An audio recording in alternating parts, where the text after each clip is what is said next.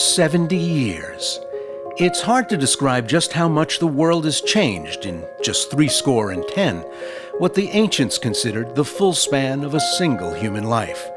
For 70 years, promising young leaders from across the planet have reached out in common interest and friendship, learned from each other and from their travels, building a better world, one handshake, one encounter, one leader at a time. Eisenhower Fellows have gone on to lead their nations, build and run great companies, design new ways to heal the sick, empower the weak, educate, enlighten, design better ways to live for their people.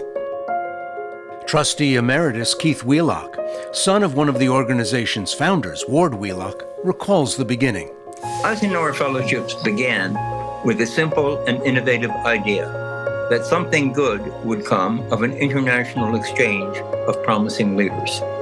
The new organization reflected the vision of its namesake, Dwight D. Eisenhower, and his hopes that person-to-person diplomacy could diffuse tensions, ease confrontation, and create a safer, more secure world.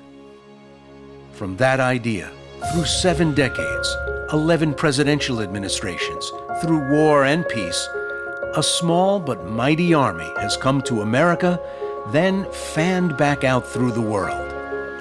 When I look at Eisenhower Fellows really across the world, I see leaders who are passionate. I see leaders who've made a great impact. I see leaders who are innovative, who are engaging, and who are willing to be lifelong learners. The story of the Eisenhower Fellowships begins with the end of a catastrophic conflict, World War II. The world was in ruin. More than 50 million people had died. Witnessing that carnage, Eisenhower said, "I hate war," as only a soldier who has lived it can. Only as one who has seen its brutality, its futility, its stupidity. The atomic bombs that ended the last war had become the centerpiece of a new one, a Cold War, pitting East against West. Eisenhower was convinced nuclear war was unwinnable, unsurvivable, unthinkable.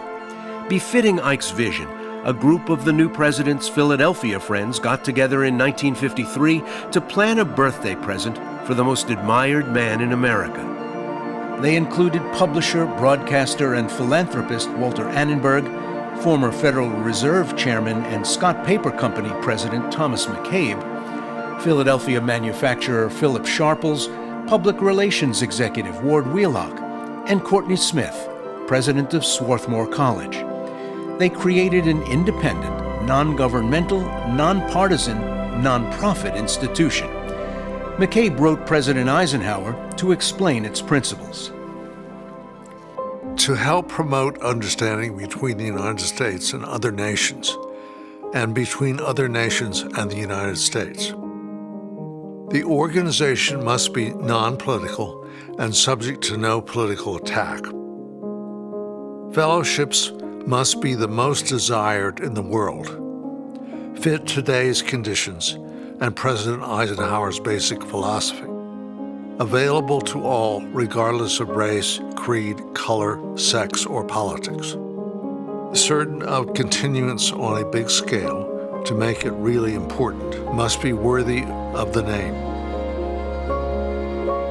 The friends gave the president their gift, the Eisenhower Exchange Fellowships, at a huge birthday celebration in Hershey, Pennsylvania on October 13th, 1953.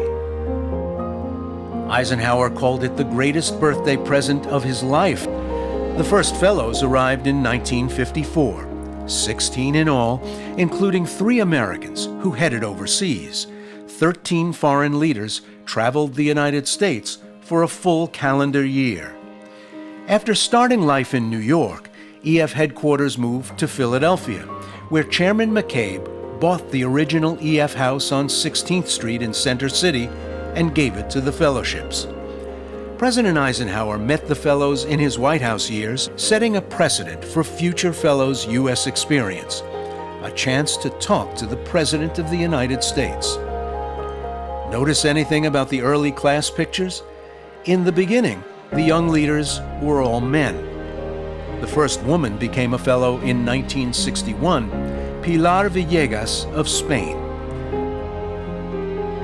The fellowship's archives are filled with treasures, the impressions of curious, motivated, excited people measuring their first-hand impressions of the U.S. against the America of their imaginations. The fellows each got use of a basic automobile and put together massive road trips to fit their interests and feed their curiosity. The design of the fellowships seemed to anticipate the role of soft power, of the potent influence of person-to-person diplomacy. If you're ever going to solve problems, it's people getting to know one another and coming together in a way that is safe space for them to talk about it. I mean, when you have somebody from Northern Ireland and somebody from the Irish Republic, and ordinarily you'd think those two will never communicate. When you give them an opportunity to do that, incredible things happen. I used the Gettysburg Farm frequently to bring world leaders and others he wanted to connect with in a close and personal way. And I saw a lot of that as a kid. And I realized what a high priority he put on international understanding and bringing people together in a personal and engaged way. The reputation, popularity, and prestige of the Eisenhower Fellowships grew, yet in its early years, the institution faced serious financial challenges, culminating in a crisis in 1976 when the program was halted completely. Fellows gathered in San Francisco to reaffirm the program's future, more than 100 from 56 countries, for the first EF World Forum. Looking back over the 2 decades of fellows since '54, it was clear the application process had attracted top people of outstanding talent. 4 out of 5 fellows went on to rise to the top ranks of their organizations. They included Distinguished Fellow Award recipients named by EF each year. And from the very first class of fellows in 1954, a young water engineer who went on to become president and 7 times the prime minister of his country, Süleyman Demirel of Turkey. Joining them in the EF network, 2 other heads of state, more than 300 CEOs and university presidents, scores of ministers and legislators. In all, more than 2,500 prominent leaders in varied fields from 115 countries. Diverse, dynamic doers, committed to lifelong engagement with EF after their transformational experience, dedicated to creating a world more peaceful, prosperous, and just. Fellows travel the other way, too. Americans going overseas. Leaders from EF's home city, Philadelphia.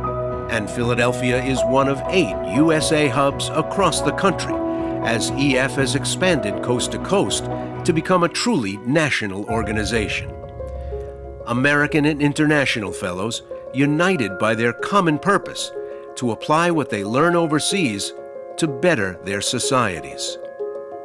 The way it changed me is that I think once you get an experience like that, or you go overseas, or you experience a different culture, you can't unlearn that. You can't ignore what you've learned. And for me, because I was working with women entrepreneurs and I was trying to understand the issues that women had globally around that particular topic, I learned that all women have the same issues.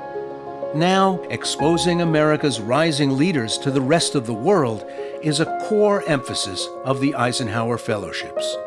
In 2020, EF added an exciting new dimension, the Eisenhower Global Scholars Program, sending recent American college graduates to Europe for a year of postgraduate study at the University of Oxford and IE University in Madrid, leading to a master's degree and lifelong immersion in the EF Global Network. In so doing, exposing young Americans to the world beyond our shores and extending the legacy of Dwight Eisenhower to a new generation. Keeping the organization growing and moving forward, a stunning roster of trustees has served over the years. Prominent business and civic leaders from across the country. Befitting an organization with global reach, EF's governance has been enriched by trustees from 5 continents. Leaders who have opened their hearts and their wallets to this organization they cherish. In 1989, the board created the Eisenhower Medal for Leadership and Service to recognize a prominent global statesperson or business leader for their international engagement to advance the values and visions of President Eisenhower and the mission of the organization that bears his name. The honorees are a glittering who's who of their times. Today, EF is a vigorous, healthy, vibrant 70-year-old, always on the lookout for ways to fulfill the core mission set out in 1953 and continuously evolving to remain relevant in a rapidly changing world. Consider the All-Ireland Regional Program, launched in 1989 under the leadership of EF President Dory Friend, as the divided island sought a way out of stalemate and violence. It brought together young leaders from Northern Ireland and the Republic. A few years later, some of these same Irish Eisenhower Fellows wound up facing each other across the negotiating table in the talks that led to the Good Friday Peace Agreement, the accord that largely has kept the peace on the island for a quarter century since. The 1989 All-Ireland program embodies EF's unique brand of citizen diplomacy. You can see it in the 3 classes of outstanding women leaders from across the world EF has welcomed since 2010 in its Women's Leadership Program, in the Xijing China program that sends American ascendant leaders to China for a month of immersion in Chinese culture, in targeted programs EF has hosted in Latin America and the Caribbean, in Africa, the Middle East, South Asia, China, Northeast Asia, and Saudi Arabia.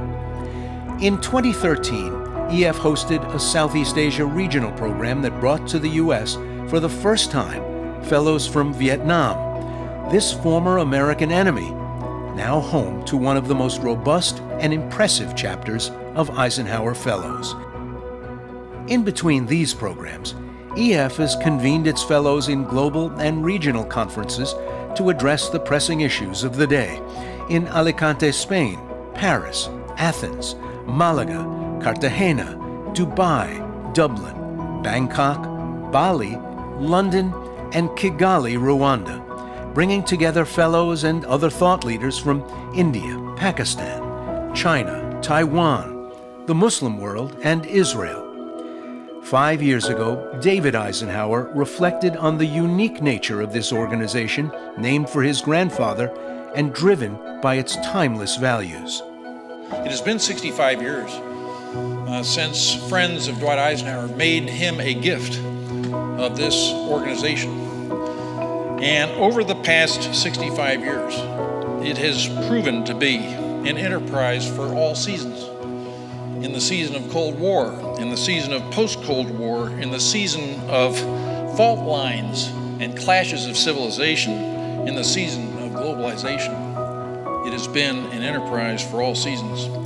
Since then, EF deftly navigated the global COVID-19 pandemic, employing new digital tools to create innovative new programs, mixing virtual and hybrid engagement while broadening and deepening its outreach to connect its fellows and drive impact across the amazing global network. Closer to home, the organization has increased the number of fellows, diversified its board governance and its staff, while maintaining its premier status as one of the nation's best-run nonprofits, earning Charity Navigator's highest 4-star rating for the last 9 consecutive years. From the promise and peril posed by AI, to confronting the excruciatingly difficult issues of racism and justice, to combating climate change in Africa, and striving to strengthen regional peace and stability as a turbulent world remakes itself, Eisenhower Fellowship's programs address the most profound problems of our times. When you think about an organization like this, you think of it as a living, breathing place. In these troubled times in the world, 70 years after its founding, the work and mission of Eisenhower Fellowships remains more vital and relevant than ever. If there was ever a time for a perspective of global leadership, of understanding of the importance of global alliances, of visionary leadership, I can't think of a time in which the world more needed that. The height of the Cold War in the mid-1950s, another time of tension and fear, President Dwight D. Eisenhower embarked the United States on what he called people-to-people programs. He believed that the more people in different lands across the world, the more they could be connected face-to-face with one another, the greater the chances for peace. At another time of war, tension, and fear, the Eisenhower Fellowship Program perpetuates Ike's vision. The connections and friendships across borders and oceans, people learning about and from one another, will advance the cause of peace and general harmony. That is our purpose at EF.